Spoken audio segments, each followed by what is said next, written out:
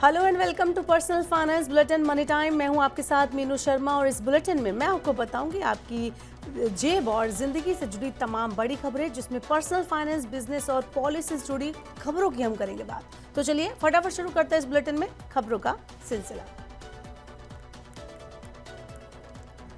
जानी मानी global brokerage firm Jefferies के निवेश गुरु क्रिस वुड ने अपने पोर्टफोलियो में बड़ा बदलाव कर दिया है।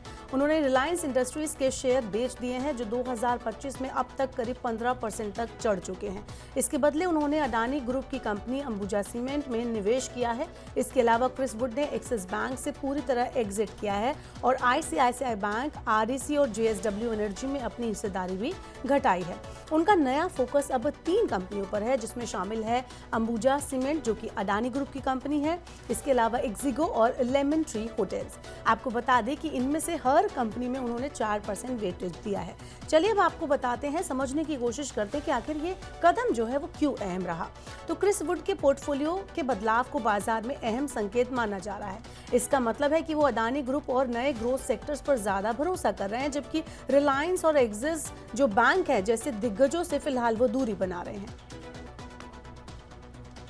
सीबीआई ने अनिल धीरूभाई अंबानी ग्रुप के chairman Anil Ambani, yes bank के सह संस्थापक राणा कपूर, उनकी पत्नी बिंदु और बेटियों राधा और रोशनी कपूर के खिलाफ चार्जशीट दाखिल की है। ये मामला 2797 करोड़ रुपए के भ्रष्टाचार से जुड़ा है। राणा कपूर ने निर्देश पर येस बैंक ने अनिल अंबानी की कंपनियों रिलायंस कमर्शियल फाइनेंस लिमिटेड यानी कि आरसीएफएल और रिलायंस होम फाइनेंस लिमिटेड यानी आरएचएफएल में पैसा लगाया। आपको बता दें कि इन कंपनियों की क्रेडिट रेटिंग खराब होने के बावजूद इन पैसों को बाद में गलत तरीके से दूसरी जगह पर भेज दिया गया। इसके बदले राणा कपूर की फैमिली की कंपनियों को अनिल अंबानी की कंपनियों से सस्ते दाम पर बड़े लोन मिले। साल 2022 में येस बैंक के चीफ विजिलेंस ऑफिसर ने अनिल अंबानी की कंपनियों और राणा कपूर के खिलाफ सीबीआई में शिकायत दर्ज की थी। सीबीआई के मुताबिक येस बैंक ने आरसीएफएल में करीब 2045 करोड़ रुपए और आरएचएफएल में 2965 करोड़ रुपए निवेश किए। ये निवेश राणा कपूर की मंजूरी से हुआ।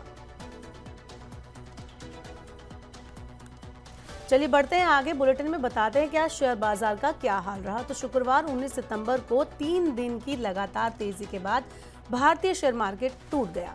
प्रॉफिट बुकिंग के चलते बाजार में दबाव में जो है वो नजर आया। हालांकि अमेरिकी फेडरल रिजर्व द्वारा ब्याज दरों में संभावित कटौती तथा नई दिल्ली और वॉशिंगटन के बीच व्यापार वार्ता में प्रगति के प्रति निवेशकों का सेंटीमेंट पॉजिटिव बना हुआ था।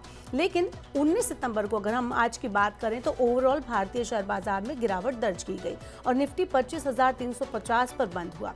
सेंसेक्स 387.73 अंक यानी कि 0.47% की गिरावट के साथ 82,626.23 पर बंद हुआ। वहीं निफ्टी की बात करें तो निफ्टी 96.55 अंक यानी कि 0.38% की गिरावट के साथ 25,327.25 पर बंद हुआ। लगभग 1,992 शेयरों में आज तेजी देखी गई। 1,961 शेयरों में आज गिरावट आई और 163 शेयरों में कोई बदलाव नहीं हुआ। बात करें टॉप गेनर्स और लूजर्स की तो निफ्टी में सबसे ज्यादा गिरावट HCL technology, ICICI bank, Nestle, Titan company और ट्रेंट में देखने को मिली, जबकि बढ़त Adani enterprises, Adani ports, SBI life insurance, Shriram finance और SBI में देखी गई। चलिए शेयर मार्केट के बाद बढ़ते हैं आगे और बताते हैं आज सोने का क्या भाव रहा। तो पिछले कुछ दिनों से सोने की कीमतों में जबरदस्त उछाल देखने को मिला। आज शुक्रवार को सोने की चाल स्थिर रही, लेकिन दाम अभी भी रिकॉर्ड स्तर के आसपास बने हुए हैं। मल्टी कमोडिटी एक्सचेंज यानी MCX पर सितंबर डिलीवरी वाला सोना शुरुआती कारोबार में 421 रुपए बढ़कर 1.09 लाख रुपए प्रति 10 ग्राम पर पहुंच गया। वहीं अक्टूबर वायदा भी थोड़ी देर के लिए 1.09 लाख रुपए प्रति 10 ग्राम के अपने अब तक के हाई लेवल के करीब जा पहुंचा। बाजार में 24 कैरेट सोने का भाव 1.10 लाख रुपए प्रति 10 ग्राम के आसपास बना रहा। इसका मतलब घरेलू बाजार में सोना अपने हाई लेवल पर टिके रहने की कोशिश करता हुआ नजर आया। अमेरिकी बाजार में दिसंबर डिलीवरी वाला सोना वायदा भी 3,678.90 डॉलर प्रति औंस पर स्टेबल बना हुआ है। बढ़ते हैं आगे, बताते हैं भारत की सबसे बड़ी home service provider urban company, जिसको आप जानते ही होंगे, कहीं ना कहीं आपने भी इसकी सर्विस ली होगी। उसने अब 1 घंटे के अंदर सर्विस देने की अपनी क्षमता को दोगुना करने का फैसला किया है।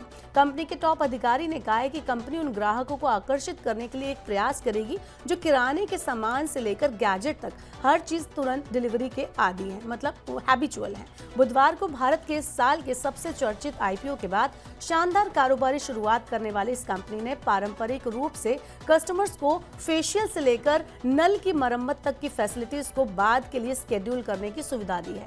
क्विक सर्विस डिलीवरी पर इसका नया जोर इस मॉडल का कॉम्प्लिकेटेड फंडामेंटल है, जो पूरे भारत में क्विक कॉमर्स की बढ़ती लोकप्रियता को दिखाता है। इतना कंपटीशन हो गया है क्विक कॉमर्स को लेकर कि हर कोई क्विक कॉमर्स सेक्टर में उतरना चाह रहा है। कंपनी ने हाल ही में अपनी इंस्टा हेल्प सर्विस शुरू की, जिससे यूजर्स 15 मिनट के अंदर डोमेस्टिक वर्कर्स की बुकिंग कर सकते हैं। बढ़ते हैं आगे, देखते हैं टेक जगत में क्या कुछ खास रहा। तो गूगल ने अपने क्रोम ब्राउजर्स को और बेटर बनाने के लिए नई आर्टिफिशियल इंटेलिजेंस यानी एआई फैसिलिटीज की घोषणा की है। साल 2008 में क्रोम की शुरुआत के बाद गूगल ने इसे तेज और सुरक्षित बनाने का लक्ष्य रखा था। अब गूगल एक कदम आगे बढ़कर क्रोम को एक स्मार्ट ब्राउजर बनाने जा रहा है। ये ना सिर्फ वेबसाइट दिखाएगा, बल्कि आपको काम जो है आपका आसान करके देगा और सुरक्षित भी बनाएगा। गूगल का कहना है कि क्रोम अब एक ऐसा ब्राउजर बनेगा जो आपके काम को समझेगा और उसे तेजी से पूरा करने में मदद करेगा। गूगल ने इसके लिए 3 बड़े बदलाव किए हैं। अगर हम उस पर नजर डालें तो क्रोम में अब जेमिनी नाम का एक एआई असिस्टेंट होगा। ये उन लोगों के लिए बहुत मददगार साबित होगा जो इंटरनेट पर रिसर्च करते हैं। अगर आपके पास कई टैब खुले हुए हैं तो जेमिनी आपके सवालों के जवाब देगा, यूट्यूब वीडियो से जानकारी निकालेगा और जल्दी ये भी बताएगा कि आपने पहले कौन सी वेबसाइट देखी थी। ये फैसिलिटी अभी अमेरिका में मैक और विंडोज जो यूजर्स हैं उनके लिए अवेलेबल है। जल्दी एंड्रॉइड और iOS पर भी अवेलेबल हो जाएगी। जेमिनी आपके गूगल डॉक्स और कैलेंडर जैसे गूगल प्रोडक्ट के साथ भी काम करेगा। फ्यूचर में ये ऑनलाइन शॉपिंग जैसे बड़े काम भी आसानी से कर पाएगा। चलिए टेक सेक्टर के बाद देखते हैं कि ऑटो सेक्टर में क्या कुछ खास है। तो मारुति सुजुकी की पहली electric car e Vitara SUV का इंतजार खत्म होने का नाम नहीं ले रहा है। कंपनी से 3 सितंबर को लॉन्च करने वाली थी, लेकिन अब तक इसकी लॉन्चिंग का पता नहीं।